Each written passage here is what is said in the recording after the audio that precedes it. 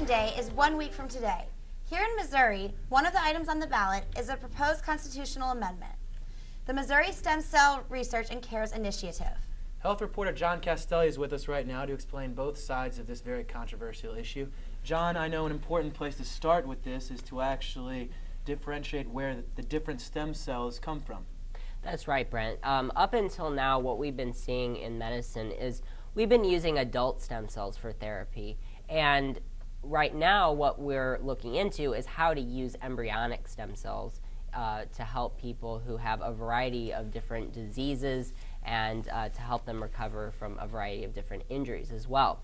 The different types of stem cells, the main two types, are embryonic stem cells and adult stem cells. Embryonic stem cells have the potential to become any type of cell in your body. So that means they could be a skin cell, they could be a muscle cell, they could be a nerve cell, you could repair a spinal cord injury. The difference between embryonic stem cells and adult stem cells is that adult stem cells don't have that pluripotentiality, that overwhelming potential to become just any type of cell. They can only become the cell that they were taken from. So if it's a cardiac cell, it can become any type of cardiac cell, but it's somewhat more limited. So it does have a little bit of differentiation in it. And proponents are arguing that the amendment is needed to preserve Missourians' right to any stem cell research and cures that are allowed under federal law. They also claim it would ban human cloning and the sale of human eggs, as well as provide potential cures for over 70 diseases and injuries. The amendment would require public reports and oversight committees, as well as design penalties for violators of the amendment's guidelines. Those against the proposal believe it is unnecessary since there are currently no restrictions in the state of Missouri on stem cell research and therapies allowed nationally. They also claim the amendment is deceptive and actually protects human cloning through a process called somatic cell nuclear transfer, or SCNT. The oversight committees regulating the research would be comprised of both scientific and public officials. Opponents say researchers will be overseeing themselves. The debate is heated, and many feel there is a lot at stake in this next vote. Both sides are running very powerful television ads right now, and we'd like to show some of them to you. The first set is from the Missouri Coalition for Life-Saving Cures, and the second from Missourians Against Human Cloning. Opponents of the stem cell initiative are making claims that are not true. Missouri voters deserve to hear the facts. I have studied the stem cell initiative. It clearly bans any attempt to clone a human being. The initiative strictly bans buying or selling human eggs. It's not about cloning, it's about cures. It simply ensures that Missouri families will have access to the same stem cell cures that are available to other Americans. Amendment 2 claims it bans human cloning, but in the 2,000 words you won't read, it makes cloning a constitutional right.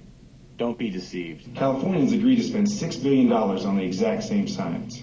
Now they admit there won't be any cures for at least 15 years. Same science, $6 billion, no cures. Beware of loopholes. Missourians will pay. Don't be tricked. Amendment 2 actually makes it a constitutional right for fertility clinics to pay women for eggs. Low-income women will be seduced by big checks, and extracting donor eggs is an extremely complicated, dangerous, and painful procedure. 25 women have died, and 6,000 have complained of complications. Missouri, don't be fooled. Why does it cost $28 million to convince Missourians that an amendment to the Constitution is good for them? Maybe because it's not. Don't be bought. You know now. Don't do it. Vote no on 2. Now, John, I'm not a health expert by any means, but I was kind of wondering, what is SCNT? Explain the process. Right. Well, SCNT, as I mentioned, stands for somatic cell nuclear transfer, and that's actually the same process that they use to clone Dolly the sheep. The way that SCNT works is a human, in the case of humans, a human cell would be taken from the organism, and it could be pretty much any cell. In the case of Dolly, they took a cell and then they took an egg that was unfertilized. They removed the nucleus of the egg, and then they put the nucleus of the cell that they took from the individual into that fertilized egg. And what that does is, when you normally have natural fertilization, you have a 23 chromosome egg and a 23 chromosome sperm. So when you add them together, you get 46 chromosomes. Well, of course, all your cells in your body already have 46 chromosomes. So when you add them together, you get the 46 chromosomes. So if you were to produce an embryo through SCNT, you could implant it into a woman's uterus, and then you could end up with a baby. Now, Amendment 2 does ban the implantation, and it does not ban, however, the SCNT process. Right.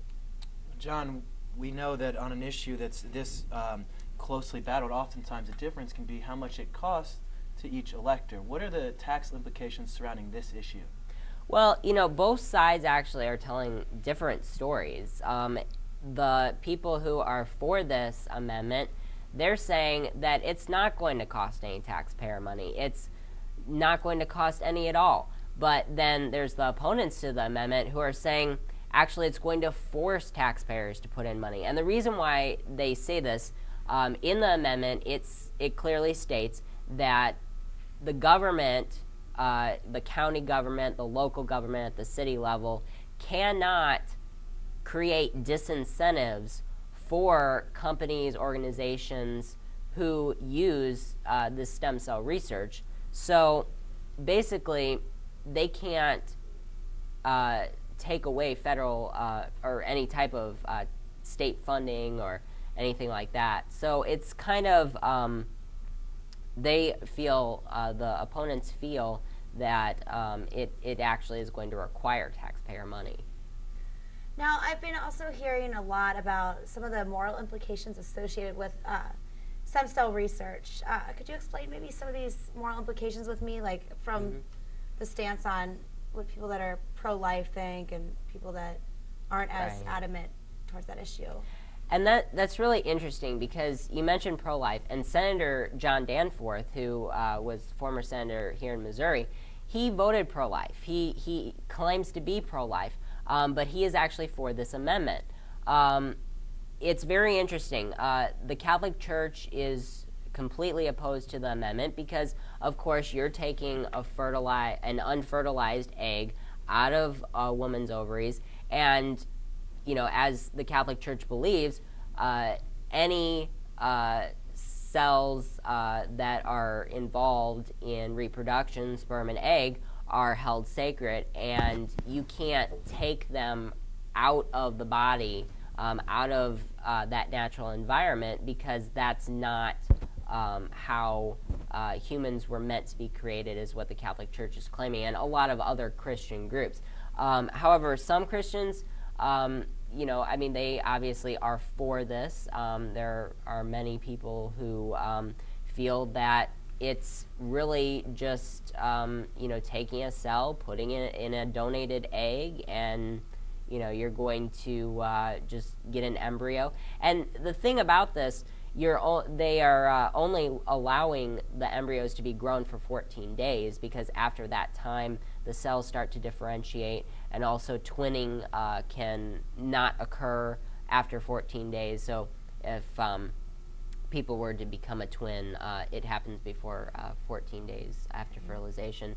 And so that is the major moral implication there.